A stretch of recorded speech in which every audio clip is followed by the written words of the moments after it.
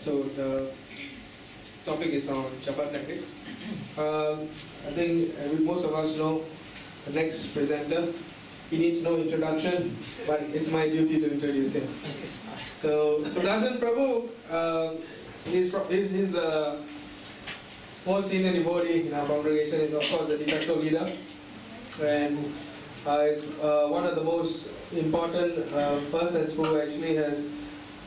He's probably the only one who has brought in devotees to our weekly programs at Sri Krishna Temple. So he's the crucial cog in our Hare Krishna Bhakti Sanghas, Krishna Bhakti Sanghas program. So without much further ado, I would like to invite Sudarshan Prabhu, His Grace Sudarshan Prabhu, to come and impart wonderful techniques and strategies of chanting the holy name.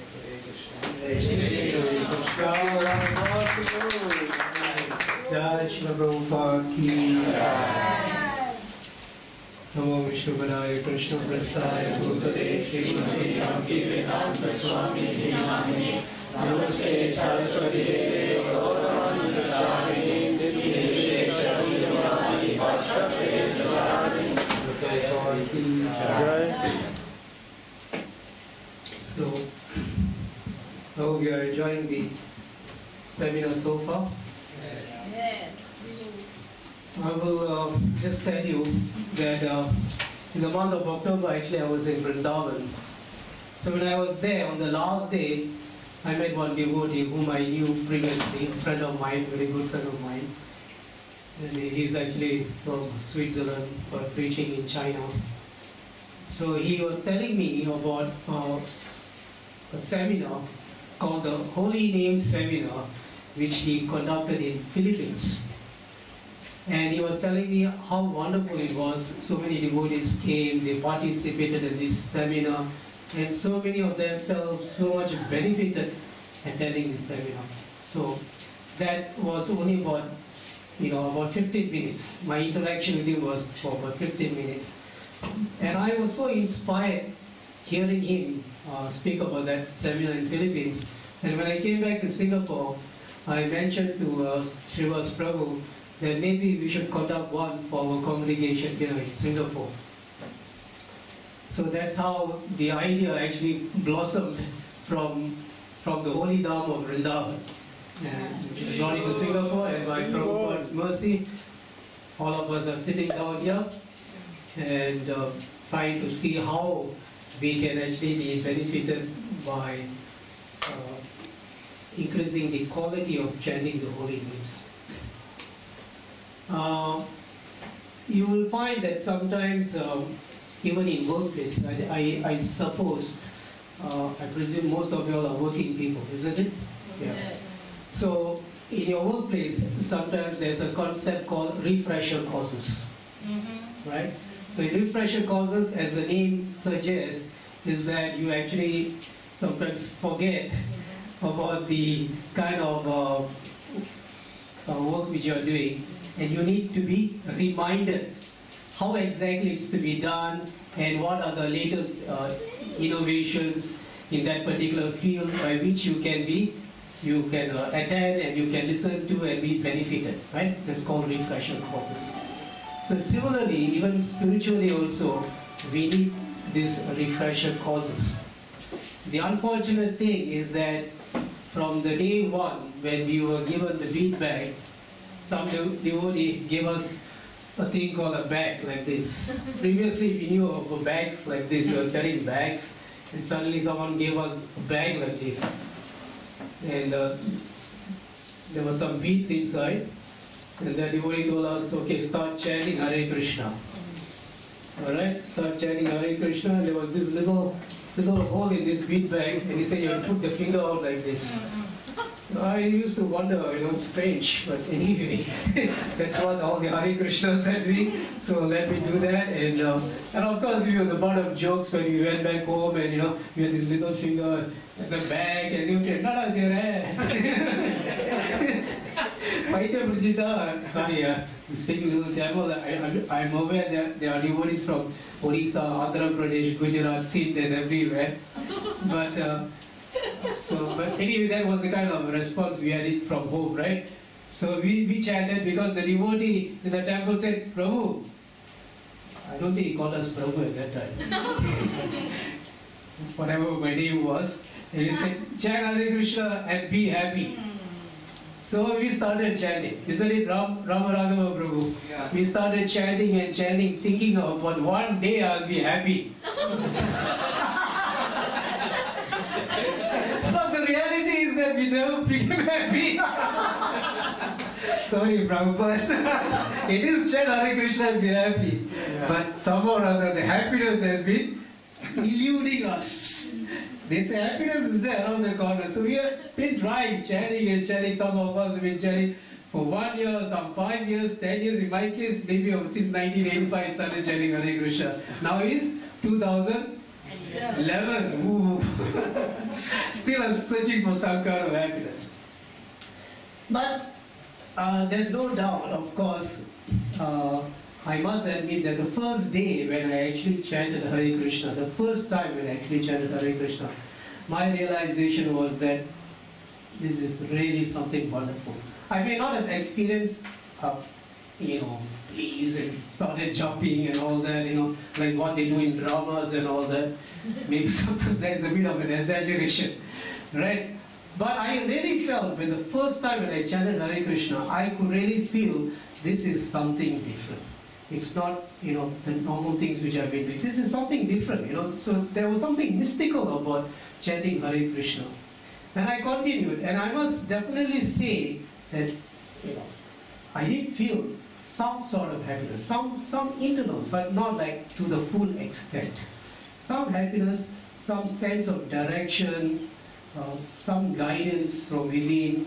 I felt it that way. And I'm sure many of you also would have your realizations about chanting Hare Krishna. So this session is about Japa techniques. It's about sharing with you various techniques which we can employ to see how we can increase the quality of our chanting. This is very, very important. It is not something is wrong with chanting Hare Krishna. It's just that something is not right with us. Something is not right with the way which we are doing. That is the reason why we are not feeling that ecstasy. We always use that word, right? Prabhu always used the word ecstasy. Previously, before we came to Krishna consciousness, we never heard of the word ecstasy. Of course, now they have ecstasy tablets and all that. Right. Probably they learned it from the Hare Krishnas.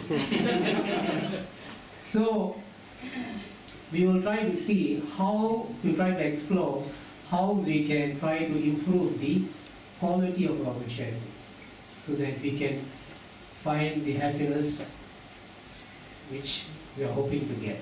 I mean, the real and happy situation. So in this session, firstly we will cover the physical, mental and psychological aspects of chanting. Oh, sounds great, right? Physical, mental, psychological and all that. But actually it does cover all these things, right? The physical aspects, that means your surroundings, the mental aspects, which you saw just now in the drama, the mental aspects, and then you have the psychological. Psychological means the interaction of all these aspects. That's the psychological aspects.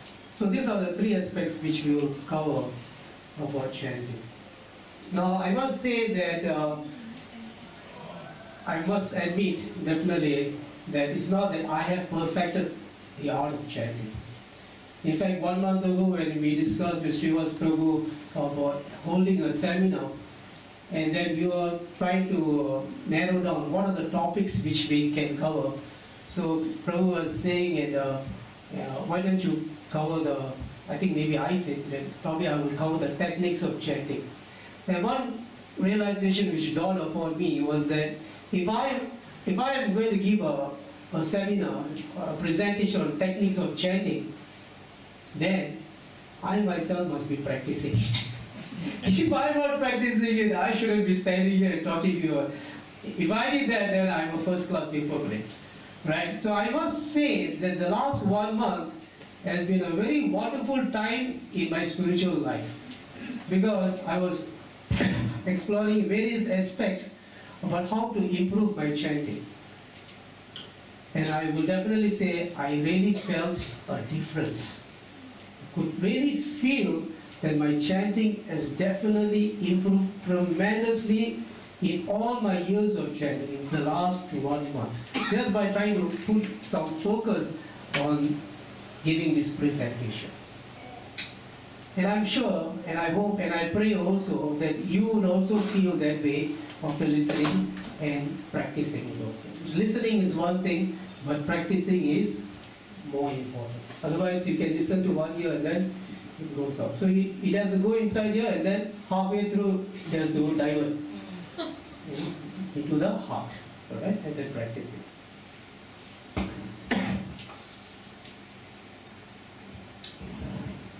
So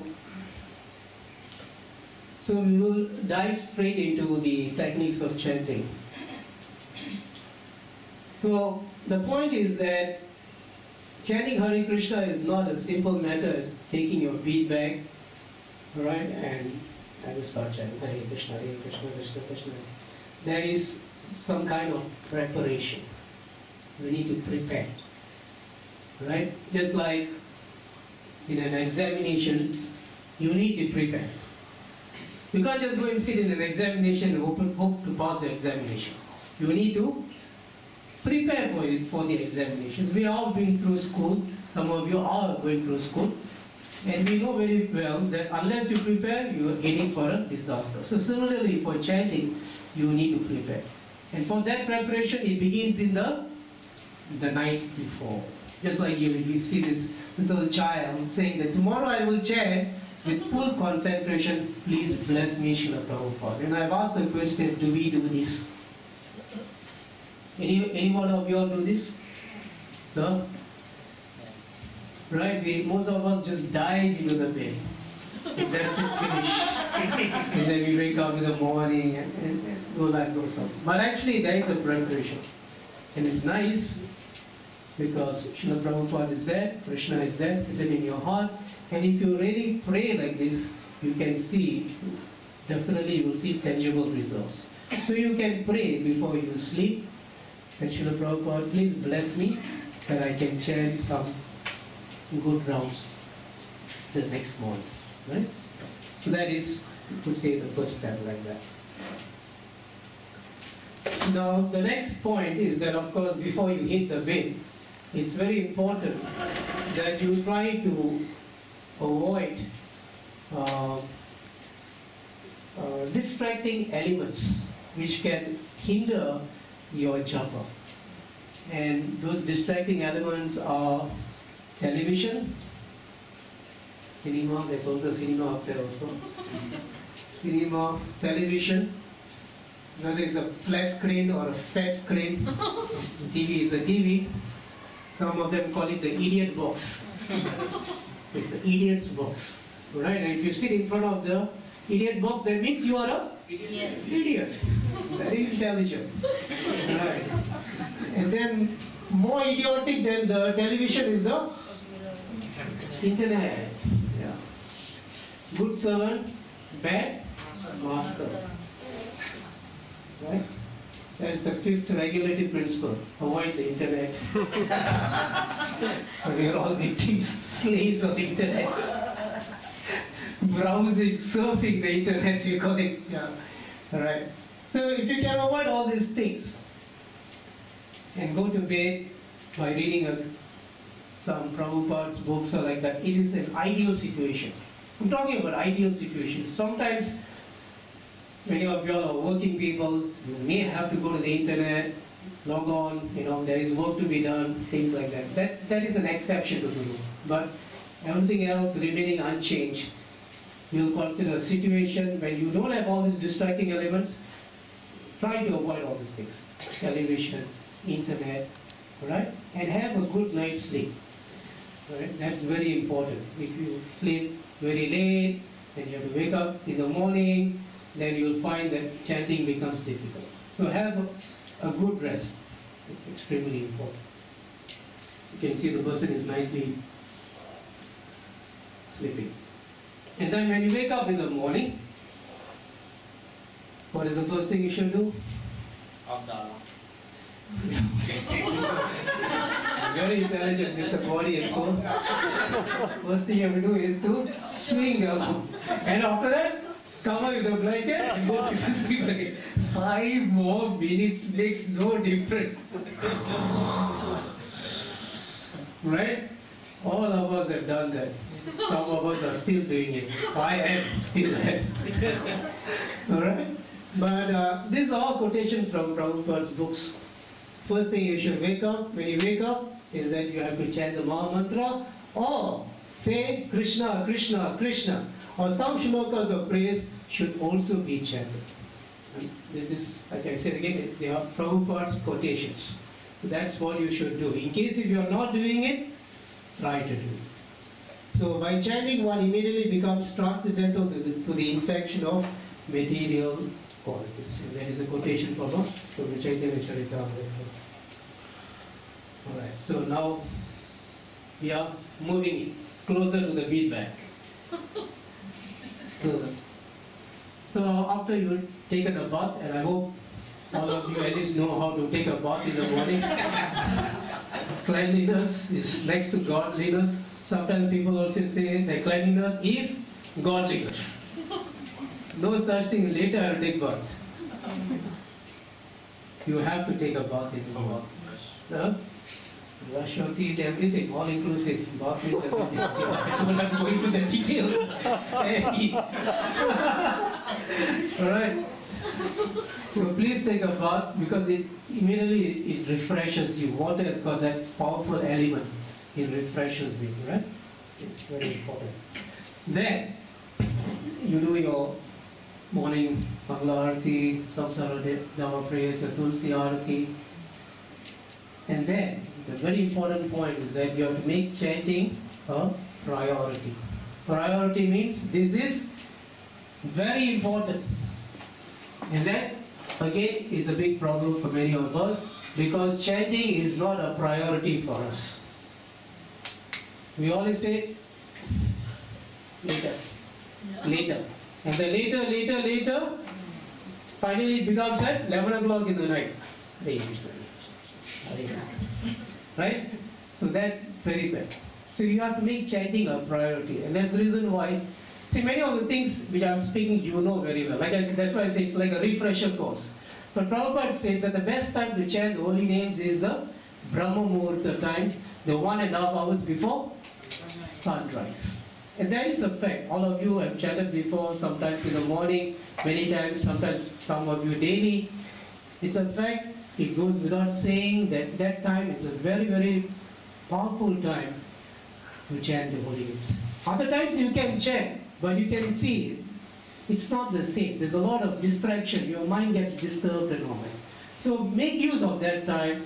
Try to see as much as possible that you can somehow or other arrange your program in such a way that you can make chanting a priority in your life. Right? So when you make Krishna a priority in your life, Krishna also makes a priority, Krishna also makes you a priority in his life. Simple mathematics, right? Then, the next thing is to choose a place where you will feel at home with the holy names. Alright? So here I put 4 pictures. One is Tulsi Maharani. Then all of you have deities at home. Then in front of Prabhupada, and then with the devotees. So we have these 4 options to choose from. So look at that very carefully. And once again, I will try to reinforce on each of them. Why it is important to chant in front of Tulsi, or why it's important to chant in front of deities, or in front of Prabhupada and with the deities, with the devotees. So, number 1 is Tulsi. Now this is again a quotation from Chaitanya Charitamrita, in which it is mentioned that the process of chanting Hare Krishna with a vow before the Tulsi plant has such a great spiritual potency that simply by doing this one can become spiritually strong. right? And we can see in our spiritual history, there are so many stories of great devotees like Srila Haridas Thakur, I think Mrigari the Hunter, Valmiki, and all of them chanting in front of Tulsi. So it's not an ordinary thing to chant in front of Tulsi. Sometimes you know Tulsi is there, but then after you finish your Tulsi puja, then you just put the Tulsi plant outside, finish. That's the end of the story. But why don't you take advantage of? You have a Tulsi plant at home, so why don't you chant in front of the Tulsi? And this is the scriptural backing for that. It's got such a great spiritual potency. So please, if you can, try to chant in front of Tulsi Maharani. Then, if you cannot do that, or rather, you can also chant with great attention, at least 1 hour, either by the deities or any place without being disturbed by anyone else. And this is Prabhupada's letter to Garga Muni Prabhu, 1968 or 69.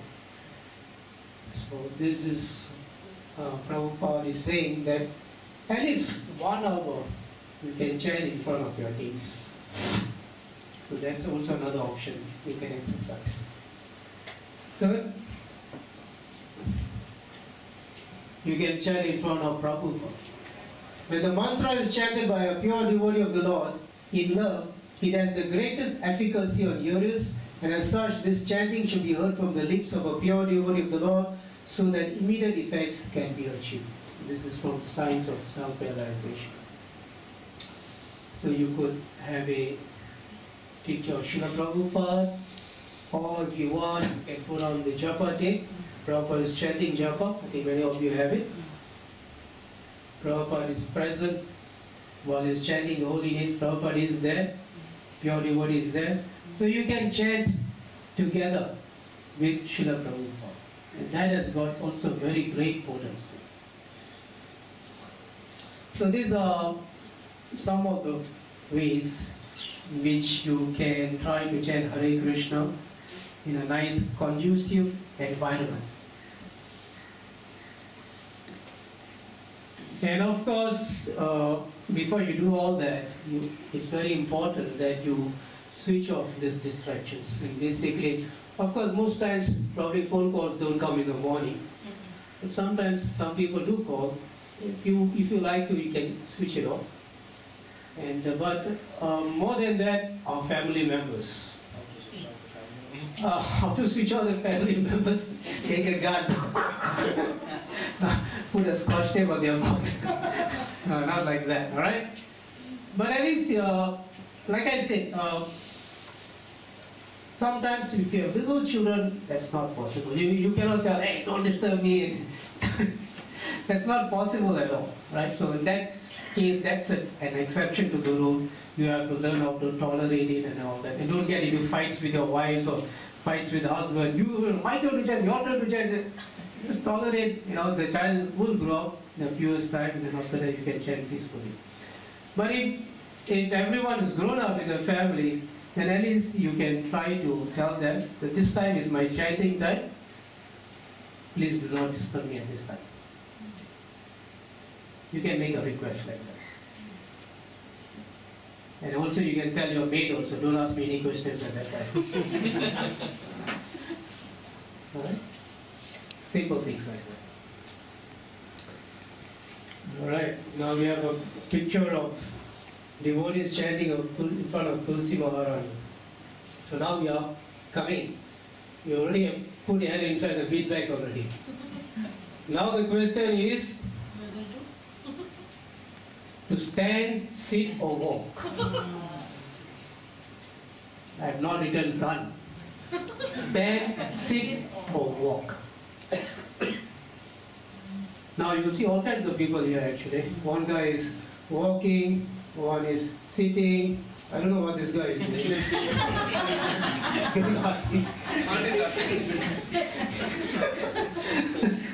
Later, after putting these pictures on the slide, then I realized, oh my God, this guy is sleeping.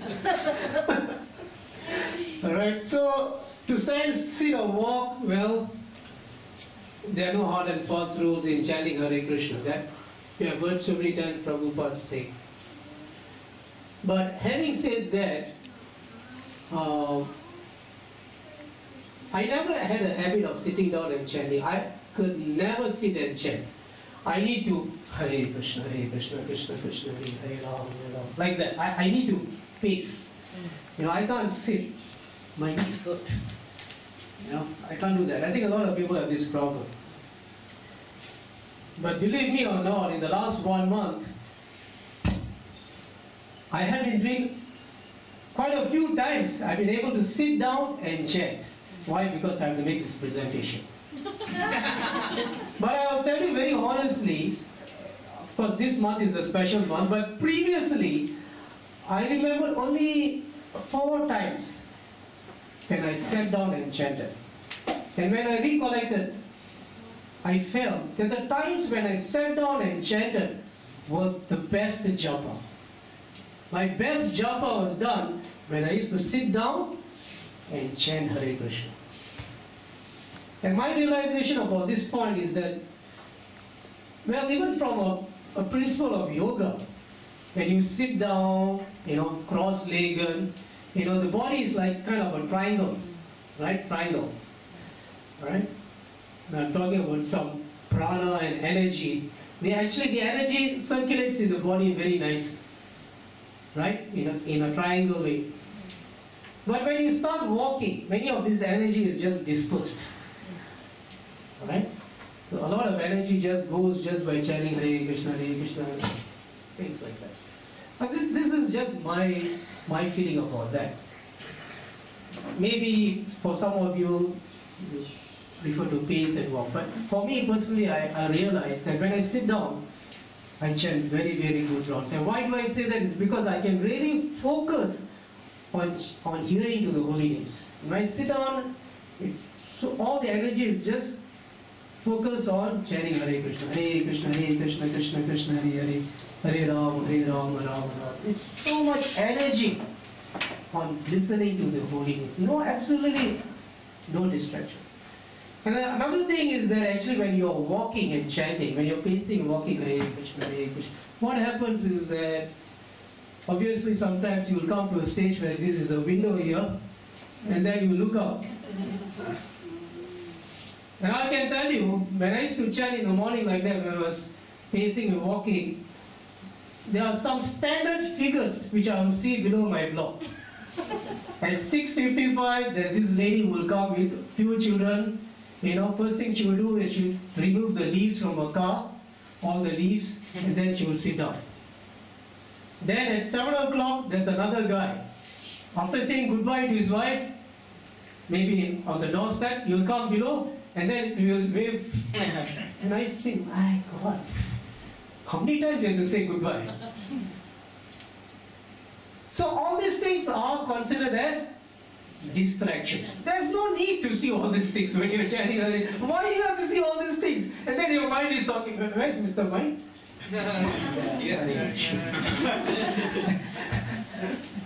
Like that, right? Too loud? Sorry. So just like how Prabhu was acting so nicely, just now in the skit like that. So like that, the mind was talking to me. I'll be chanting Hare Krishna and the mind will talk. Oh, look at that. Oh, look at this. Look at that. But when I sat down and chanted, it was totally focused on chanting the holy names and listening attentively to the holy names. So you may want to try it that way. Huh?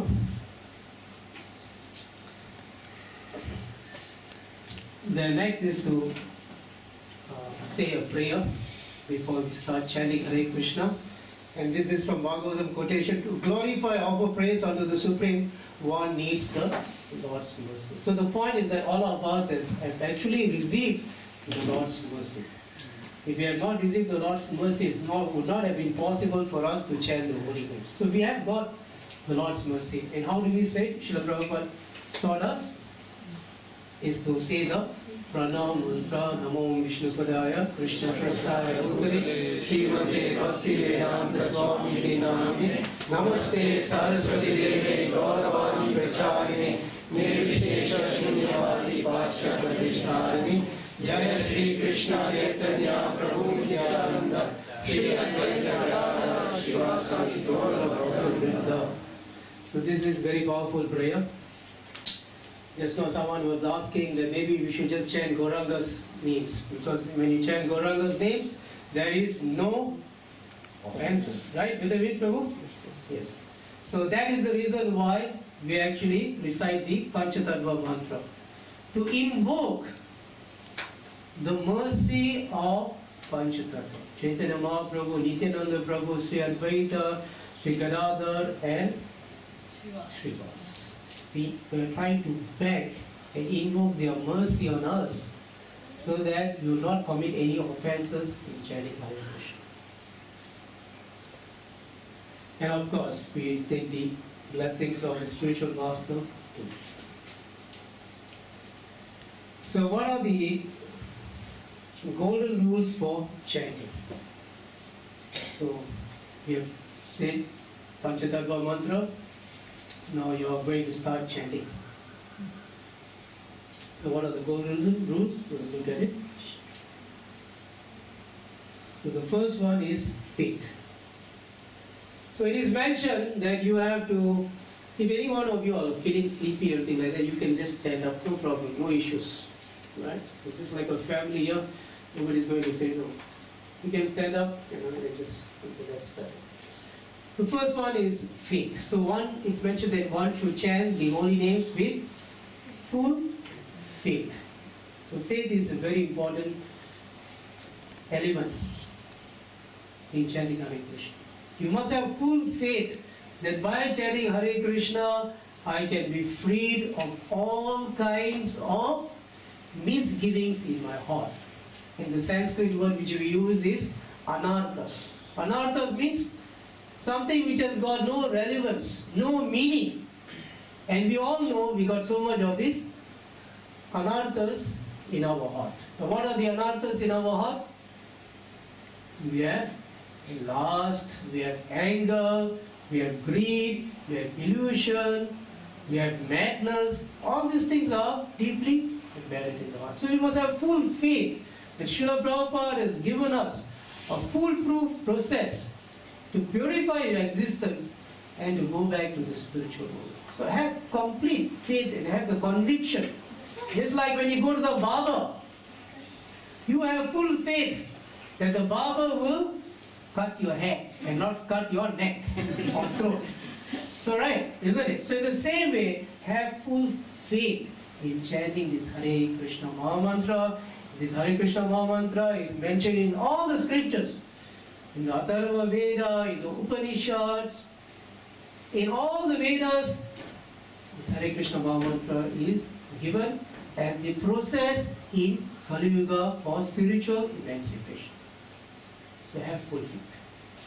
Then, love.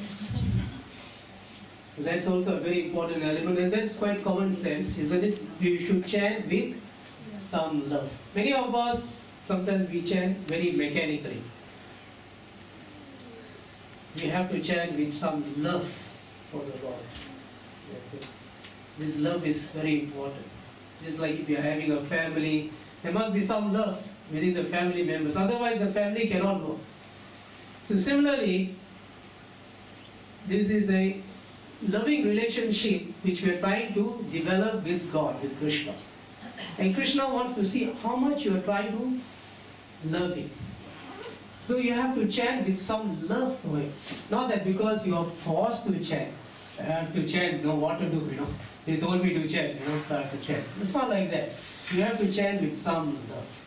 Lovingly, you chant Hare Krishna, Krishna Krishna, Hare Hare, Hare Ram, Hare Ram, Ram Ram. Chant with some love for the Lord.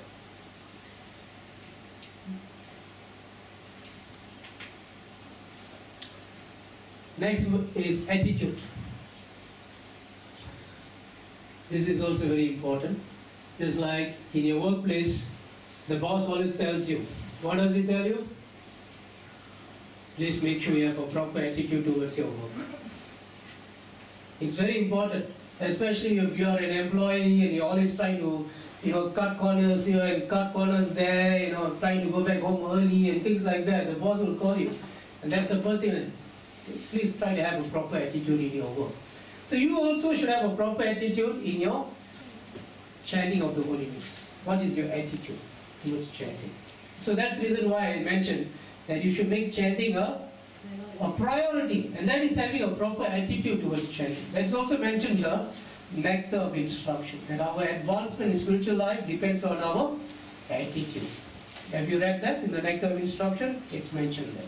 So have a positive attitude. Then attitude's brother, gratitude. Right? Gratitude means to be grateful. That you are grateful. That there are, what is the world's population? 7 billion? 7 billion people there are. Of all the 7 billion people, Krishna has chosen you to chant his names. Now wouldn't that make you feel grateful to the Lord, to Prabhupada, that you have chosen me? So many people you could have chosen. But you have chosen me. Isn't that your mercy, my Lord, that you have chosen me to chant your holy names? So that gives you a very wonderful feeling in chanting the holy names. You feel so grateful to the Lord. So have a proper mood like that. You have full of gratitude towards the Lord and to the spiritual master for giving all of us an opportunity to chant the holy names.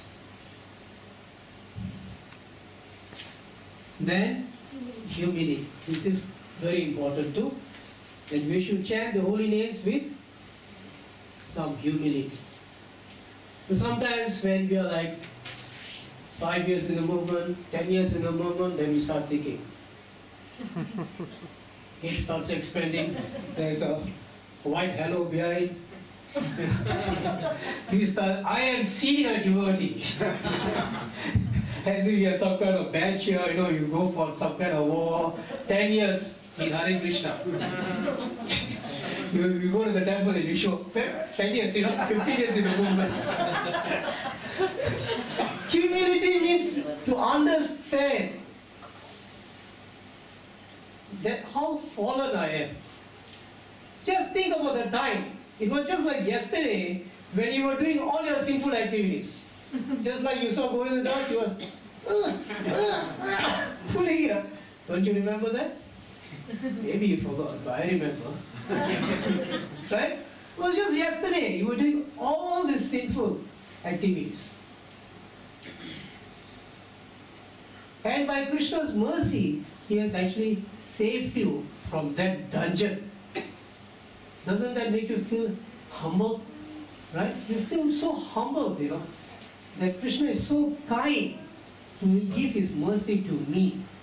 And you just feel totally, I'm not qualified, but Krishna, you're so kind that you're giving this mercy. You feel so humble that you want to chant the holy names and to cry out for the Lord. Sometimes we say, okay, that was before initiation. But the problem is that many of us, even after initiation, we have got all kinds of complexities too. Before initiation or even after started chanting Hare Krishna also, we have all kinds of complications and implications and God knows, whatever it is. Some of us still doing sinful activities. But we post also. Devotee. Hila. Long Sita. Kanti Mara. Yes. Right? But we know what is going on in our heart. You know what is going on in. And of course, only you know what is going on in your heart. I wouldn't know what's going on in your heart. Right? Right? So sometimes we say, surrender the body, mind and soul. I'm sorry, surrender the body, mind and speech, intelligence. But actually, if you look at your body, what is your body made of? Cut off this body is all horrible things inside this body. Right? Blood and ligaments and tissues and pus and whatever it is. And you are very proud. I am surrendering my body to you, Krishna. Then we say, I am surrendering my mind to you, Krishna. Oh God. Krishna said, I don't even want to see it also. So dirty it is, filthy, disgusting. That's what it is. It's horrible. Just so horrible. And we are so proud. I'm surrendering my mind to you. So let's work on that. Okay? Sorry if I'm a bit too long. Maybe I'm too excited. Any more golden rules? We should lower the Pension. Friendship. Ah, one more star has come. Sincerity. So it is important that you chant the holy names with some sincere feelings for the Lord, not some duplicate feelings. Have some sincerity in your heart when you are chanting the holy names. I want to be a sincere devotee of you, my Lord. Just a prayer like that.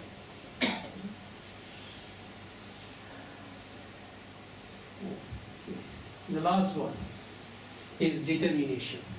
So determination is very important in chanting the holy names.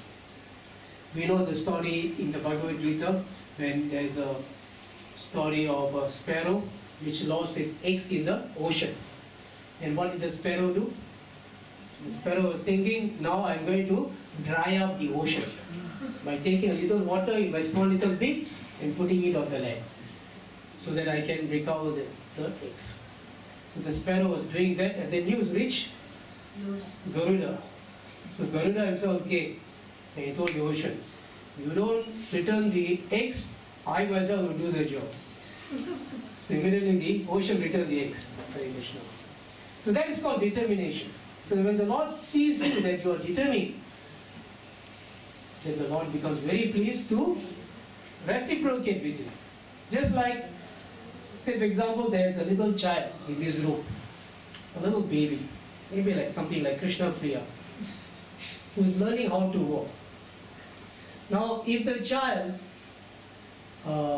makes a little attempt, just like Prabhu was showing just now about a little child doing push-ups.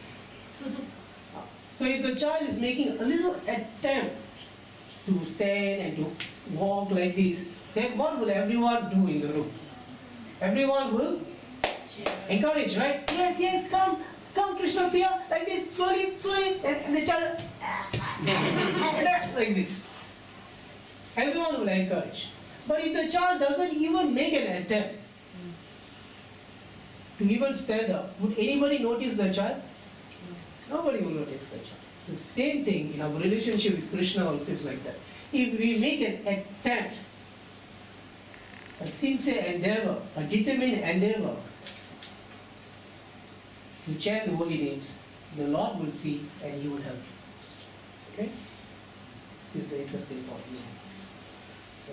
So what happens when you start chanting? Ecstasy. Hare Krishna, Hare Krishna. Is that like that or? At least I can tell you it's no. So what happens when you start chanting? Anybody can tell me? The email will come all the time. No, that assuming the computer is switched off, email won't come. Yawning will come, Pana is yawning.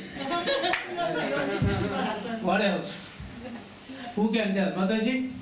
What happens when you start chanting? Whether my guest coming. Hey! Mataji, you are Mataji, otherwise I have to give you some saris to wear. What happens, Mataji? Can you guess? Many thoughts came in mind. Many thoughts come to your mind. Oh, wonderful. Nice, sir. Not nice. What else comes to your mind? What am I going to eat next? Prabhu? What's for breakfast? How are you going to start work? How are you going to start your work? Okay, now this is what happens. So all of you are right. Huh? One stone